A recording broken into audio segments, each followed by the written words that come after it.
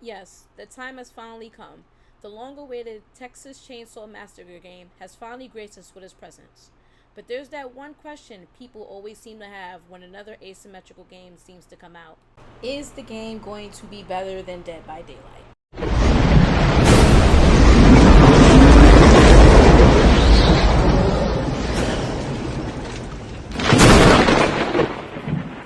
Hi guys, I'm Ruby and today's video is going to cover the one question nobody can seem to let go of.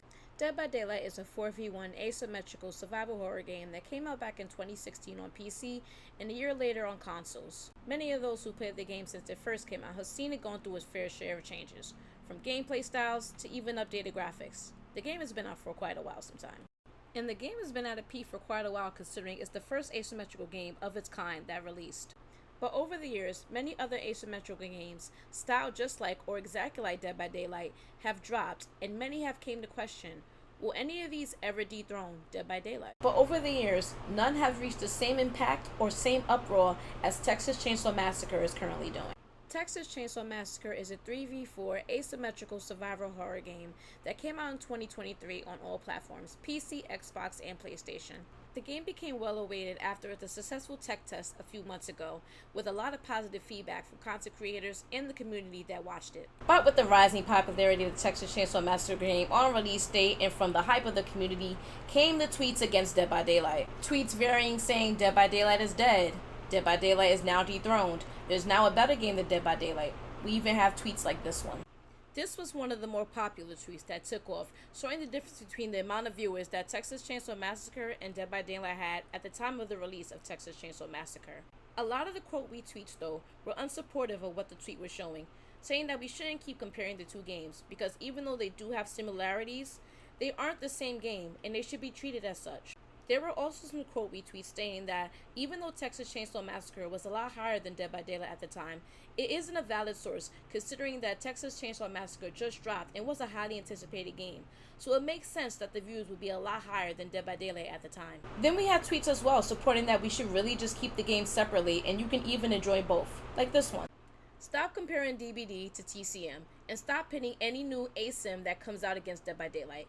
Let people enjoy things and shush. And I'm personally one of the many people that do agree with this statement. While in my opinion, no game will ever dethrone Dead by Daylight, I still believe that both games are very much different and you can enjoy both without having to put them in a competition for every aspect that each game has. DBD's longevity, its content releases, and the fan base has kept the game alive for a long 7 years. With the addition of popular actor Nicolas Cage, who is also a big fan of the Dead by Daylight game, as well as the long-awaited addition of the Alien chapter, it's safe to say DBD is not trying to fail in disappointing their fans. With Dead by Daylight adding popular franchises to the game, especially one that's been heavily requested for years, alongside popular events, like their Winter Bone Chill event and their yearly anniversary event, the devs of Dead by Daylight are showing that they're trying to appeal to their fan base for the sake of their game being around as long as it has been, with some still pretty high numbers just 7 years later down the line. Obviously, not everyone is going to like every single game, and not everyone is going to like Dead by Daylight. But at the end of the day, yes, Dead by Daylight was first, and very unique for the type of game it was when it first came out. But we can still enjoy every single game that came out after Dead by Daylight that is similar to it, and we don't have to compare every single one of them with every single aspect. Friday the 13th, the game, and Ash vs. Evil Dead aside, considering the very quick rise and fall of their game bases. While Texas Chain Saw Massacre is the most similar to Dead by Daylight, it's still its very own good standalone game. The killer to survivor ratio makes the game a lot more fast paced compared to Dead by Daylight, and with the multiple ways to escape, gives it a different variety and a different experience with every type of gameplay and every type of game. But just like Dead by Daylight, the game is very, very fun, especially when you have a group of friends to play with when you're with them or your family.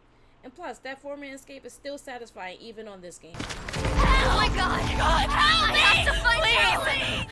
Both games' loadout setups are also very, very different and very distinct, but also unique compared to each game.